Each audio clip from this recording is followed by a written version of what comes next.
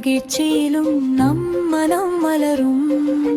விழாவின் மகிழ்ச்சி எல்லோருக்கும் பகிர்ந்து கொள்கிறோம். புத்தாண்டு ஓரத்தில் ஒளி நிறைந்த வண்ணங்கள் கலந்தது. புத்தாண்டு வாழ்த்துகள் நமது இனிய இதயம்.